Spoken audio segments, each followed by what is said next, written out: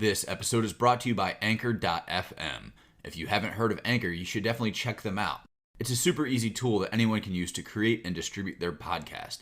It has everything you need, and you can do it all from your computer or even your phone. Need your podcast cover art? There's a tool. Music and sound effects? They have you covered.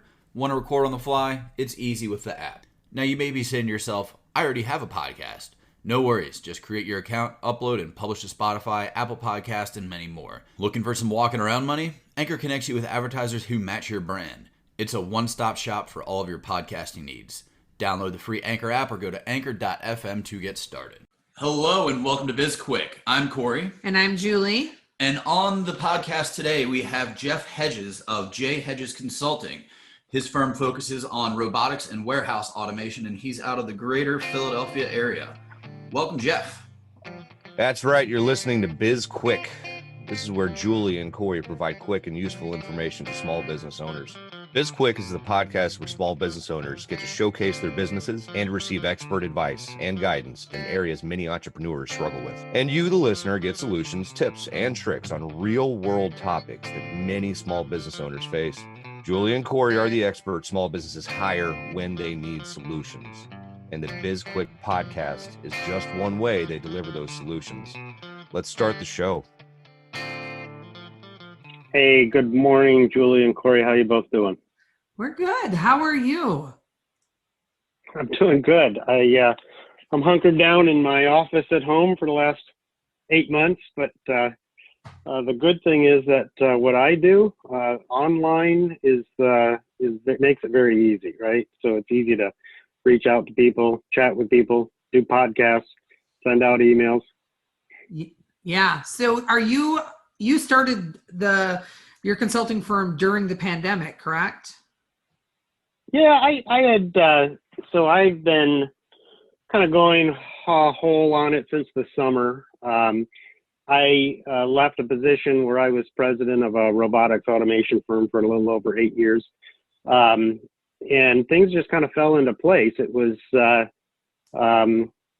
perfect time to basically lend my 30 plus years expertise in that industry to startup companies and new businesses that are looking to get into the robotics field and warehouse automation, but also work with venture capitalists and private equity firms that are investing and even vendors that are rolling things out too.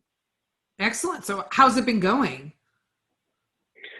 Good. On the warehouse automation side, vendors I talk to, customers I talk to, they are absolutely killing it. I mean, their business is booming. Suppliers have backlogs going into 2022. Business is different now. They have a new set of challenges, right? But in my industry, which is heavy on e-commerce, right, with the growth of people buying from home and not spending money on going out to dinner and shopping and things like that, but on quote unquote stuff, that is a positive for this particular industry in this current environment. So tell us a little more about, who your customers are, what kind of work you do for them, that type of stuff.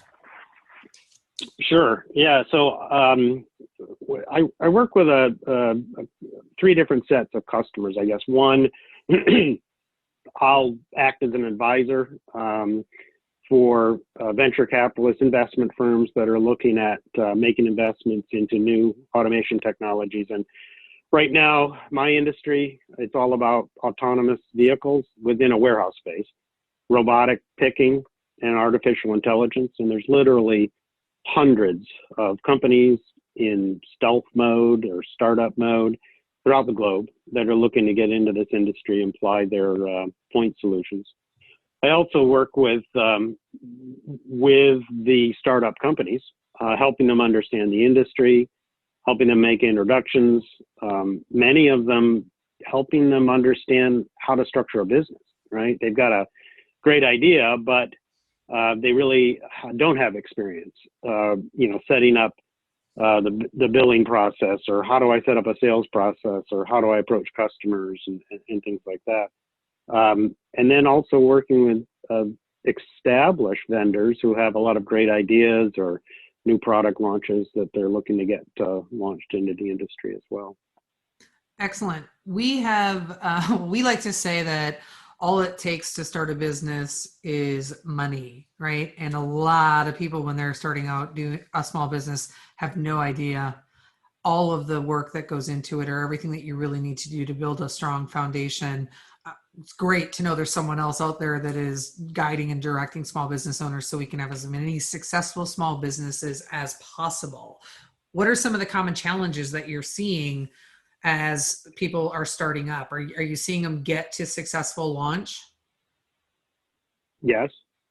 Part of it is, do you have a good idea that you're passionate about, right?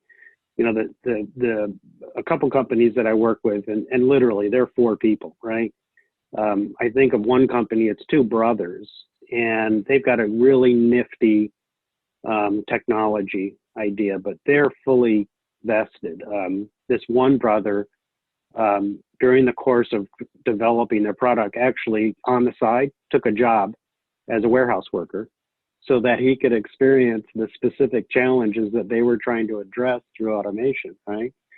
And funding is tough, right? You start off, you're pulling money from your bank account, you're having friends and families kind of help back you and things like that. But then you get to the point where you need more funding, and that gets into going to the pre-seed phase, finding investment firms that will appreciate your passion about your idea, right? And then lend you money to help you further develop that and stuff. Yeah, that's interesting. What other issues are people having right now that you're seeing in your industries? Well, one issue is it's interesting. It's kind of confusing. Is the availability of labor. Customers, end users. So customers I speak to, from Fortune 50 companies to a small 3PL, third-party logistics, maybe company down the block, are telling me that they struggle to actually find laborers to work in the warehouse, right? And so we'd scratch our head, because right now we've got, the latest figures are like 10 million unemployed people right now. If there's all these people out of work, why are they struggling to find workers and stuff? And there's many different ideas around it, but part of that number, that $10 million number, was recently reported 90% of those people are in the service industry. So if you think of somebody in the service industry, maybe a waiter or waitress, their major income is from tips, right? You don't get tips working in a warehouse, right? You get a flat rate. And so it probably makes it less desirable to kind of look for that type of constant working in a warehouse type application, right? But the other interesting thing on labor, and that's what I see as the current short-term issue right now, but it seems to be raising a sense of awareness, of urgency, that labor is going to continue to be a problem years moving forward. There was a report by the Bureau of Labor Statistics, U.S. Labor Statistics, just this past September, that pointed to the fact that over the next 10, 15 years, the amount of available workers that are going to be reaching retirement age are going to get to the point where by 2029, I think it is, there are more people retired than there will be available people entering the workforce. So I think one smart way that a lot of the customers and clients that I'm talking to are realizing that, one, there's a sense of urgency to figure out how to address this labor content. So they're curious about robotic and autonomous vehicles, and how they can supplement and improve their existing workforce.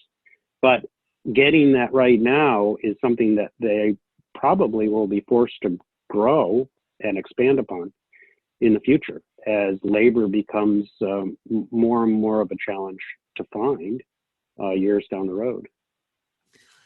It's so interesting. This entire year has, I mean, it's been devastating, right, for small business owners in terms of, you know, just being able to stay open, keep your staff on and be able to pay them. And while the unemployment numbers are coming down, because I think at one point it was like 20 million, right? And it's been cut in half. Yeah.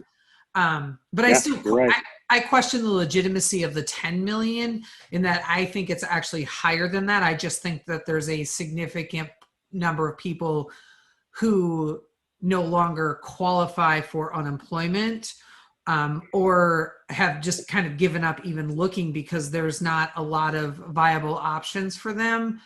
What's interesting is that it always seems to be like the manual labor intensive industries that struggle, because Corey and I both come from, we worked for a number of years in food service for a distribution company and spent a lot of time in warehouses. And it was always a problem for them to find labor. You couldn't keep people. It's just a tough job. You know, that area, that manual labor, people don't like to do that anymore. Well, and it's not attractive. It's not sexy. Right. Yeah. They don't tend to look at it as a career move, right? You know, it's there are the opportunities to move up, but it's a challenging work environment. But I will say that, you know, right now, you know, you've got customers that are paying more per hour. They're paying hiring bonuses. It's becoming more expensive for them because they have to invest in PPE devices and various safety procedures. But they are supposed to keep their laborers socially distanced, right? So scheduling, mapping out picking routes, making sure you aren't overlapping one another in a packing area and stuff, keeping area sanitized. It's a whole nother strategic challenge and expense that they're having to take on too. Yeah. What areas outside of like warehousing are you seeing like a lot of interest in automation? Well, we're all ordering many of us are ordering groceries online to be delivered too. So you're seeing applications rolled out for autonomous vehicles delivering groceries. And specifically, there's a company called Starship Technologies that I like watching. They look like little mini coolers on wheels. And they have been rolling out at university and college campuses all over the U.S. And they just recently made an announcement of a university in the U.K. But over the past 4 to 6 months, they've also started incorporating that delivery technology with some local markets. So they're delivering groceries directly from markets to homes and stuff, right? So this dream about autonomous delivery and drones flying through the air, I don't know if that's going to be as prevalent, but these autonomous vehicles, Starship, Amazon has something called Scout, FedEx just announced they have a vehicle. I just read one today, a company out of the Netherlands, I think they're called Omron. They have a vehicle. There's another autonomous car vehicle company. It's like a smart car that can handle 4 or 5 bags of groceries, so you can get more than one delivered to your house. So that's been interesting. That not only that technology, but you've seen the deployment of that technology starting to take off. I know that in general technology is good, though lately I feel like that less. I'm less sure of that.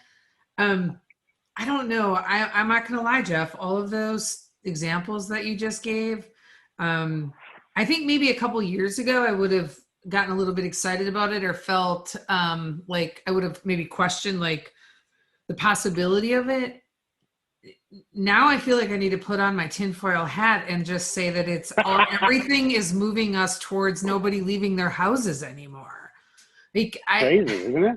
it's actually kind of scary to know that there are that many companies that are on the cusp or are already there to provide that service so that people stop leaving their homes. Yeah, I mean, like, and as we're recording this, the city of LA and possibly the entire state of California is going on a full lockdown.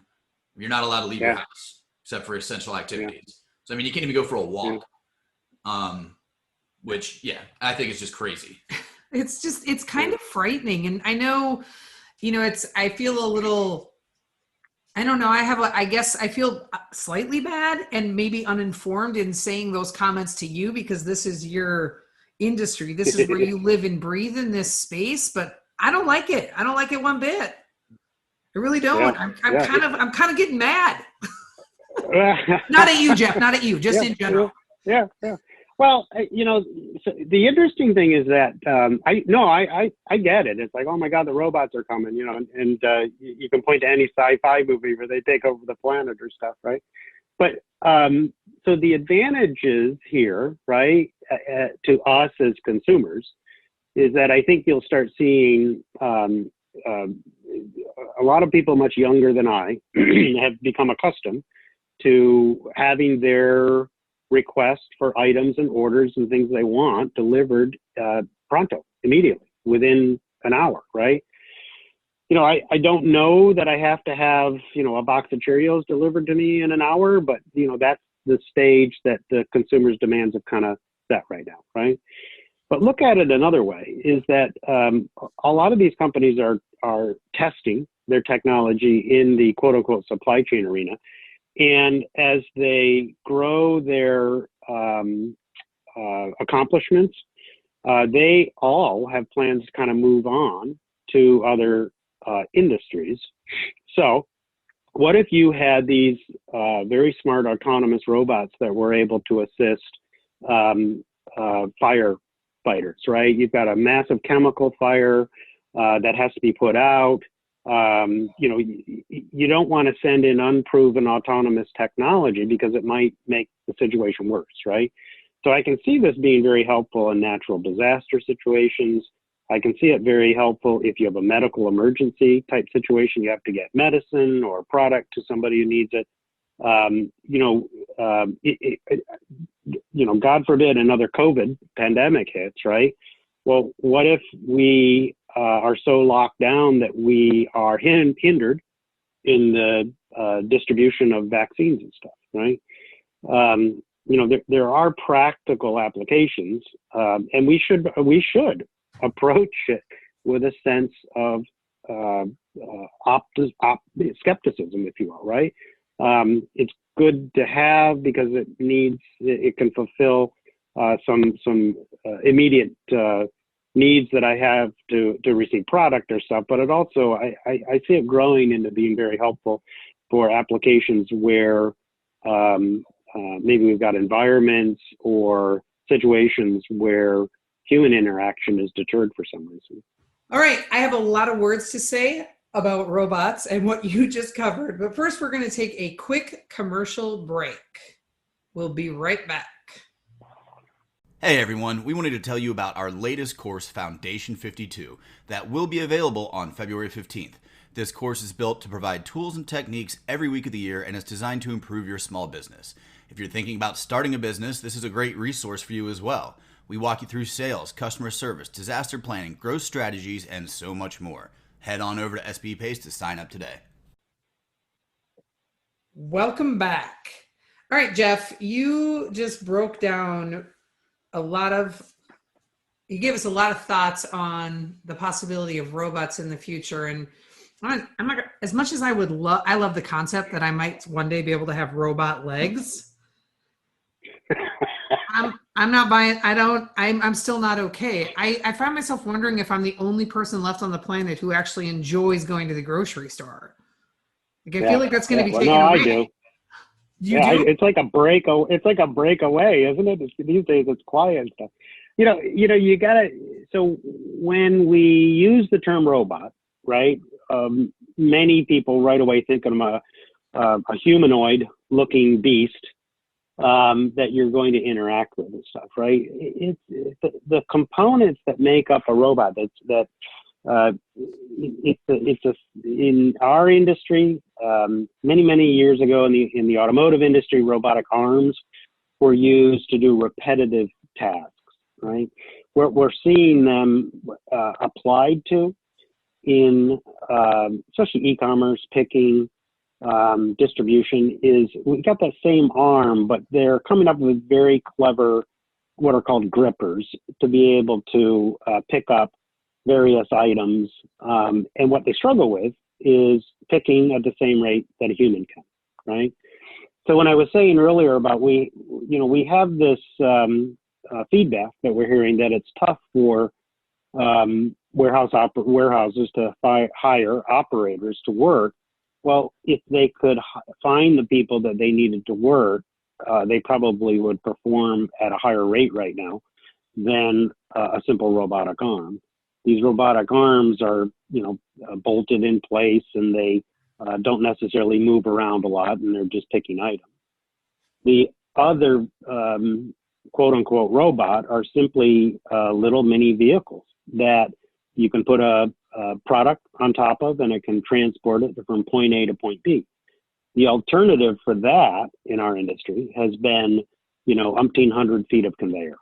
So now the warehouse operator it's not that they're replacing people for the autonomous vehicles, they're replacing other equipment that is bolted to the floor, takes up space in the warehouse, and requires a lot of square footage. So it's able to reduce the efficiency of the warehouse and allow them to operate in a smaller square footage and stuff. We don't have robots that are like humanoids walking around a warehouse picking up boxes and stuff right now. Well, you bring up a kind of a point there, not to sound like a Luddite, but what happens when the robots take all of our jobs? Yes.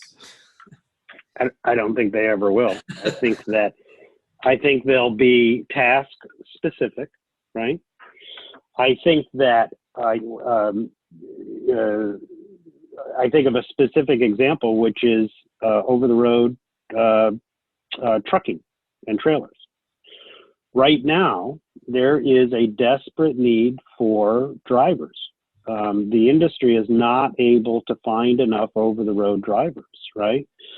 So if this U.S. Bureau of Statistics that I referred to earlier, these rates hold true, if these numbers are going to continue to increase, then how are you going to transport product from Los Angeles to Chicago? How are you going to transport product from, New York to Florida, whatever? How is a major grocery distribution center based in Washington, D.C., going to be able to deliver pallet loads of groceries to all of its grocery centers up the Eastern Seaboard? Great question. I think frequently about what would happen to our infrastructure if we continue to see the shortage that exists in, I guess what you would refer to as long haul truckers, right? And because that's a very real situation, and one that we frequently also saw when we were working for, food service distribution, is that those roles are hard to fill. And that's been a problem for years, and it's growing and growing and growing. I don't know how I feel about a robot driving a semi across the country, though. I'm not gonna lie. I don't feel good about that either. Don't be worried. There'll be nobody in the vehicle. It'll just drive itself. So. I know. That doesn't make me feel good. I don't feel good about a car doing it on most cases. And now you want to give me like a fully loaded semi?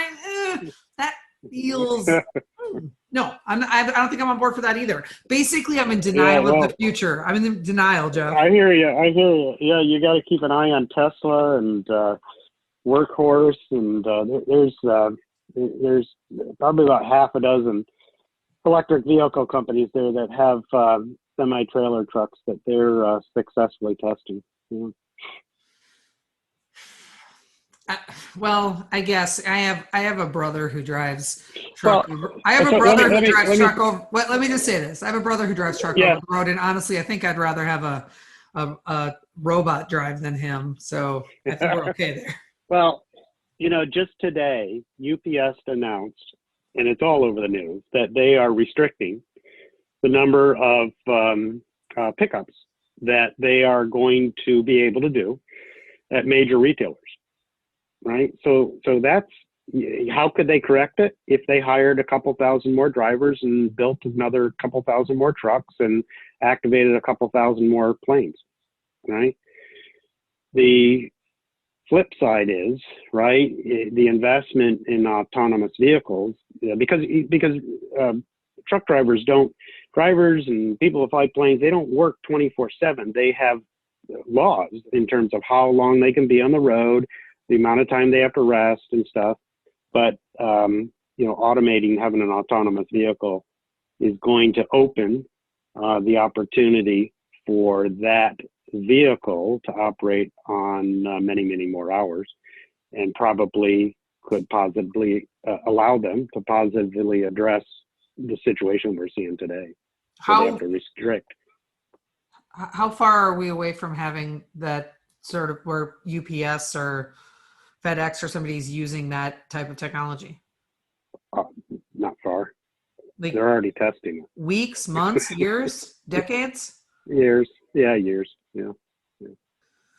I feel like that's just one more way that, like that situation right now where you said that they, sort of listed out they were going to restrict the number of pickups they could do or whatever, just because they don't have the manpower or the resources to do it, that it's just one more way that small businesses are going to get squeezed because they're going to do the pickups for the big guys. It's the little companies that are going to get hurt.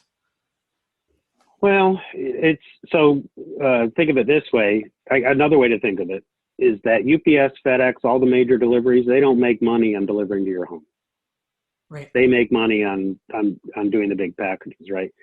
So I would say that small businesses typically have their deliveries in what are called LTL, or less than truckload, where they fill a truckload with multiple stops for multiple businesses, right? That could very easily be done with an autonomous vehicle, right? I don't agree that it would affect small businesses. I think that the drive will be all the money that these delivery services are losing by having to do home deliveries to your house, my house, and Corey's house. They don't make money on those deliveries. Okay. All right. Well, we're going to start wrapping it up here. Jeff, if there's one last thing that you want to tell our listeners, what would that be? Wow. I would say, don't be afraid of robotics. They're not going to come. We're as humans, right? We crave that personal interaction, right? If you have a small business that's service oriented, that's going to come back. People are dying to get out of their house, right?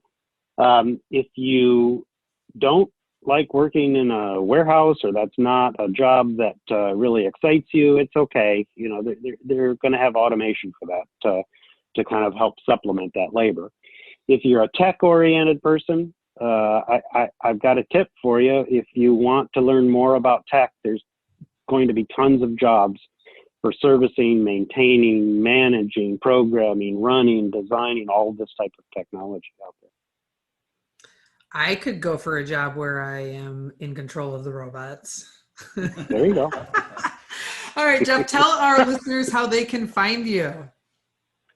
Oh, real easy. I'm on LinkedIn. It's JHedges, Hedges, and I have a company page too, JHedges Consulting. Perfect.